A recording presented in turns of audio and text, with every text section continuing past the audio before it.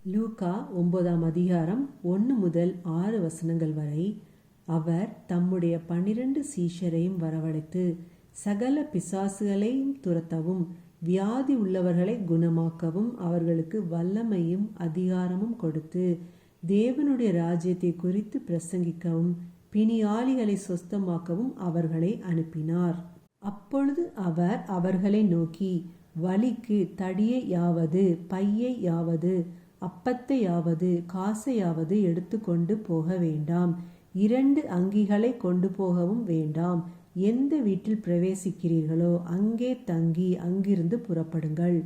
உங்களை ஏற்றுக்கொள்ளாதவர்கள் எவர்களோ அவர்களுடைய ஊரை விட்டு நீங்கள் புறப்படும்போது அவர்களுக்கு சாட்சியாக உங்கள் கால்களில் படிந்த தூசியை உதறி போடுங்கள் என்றார்.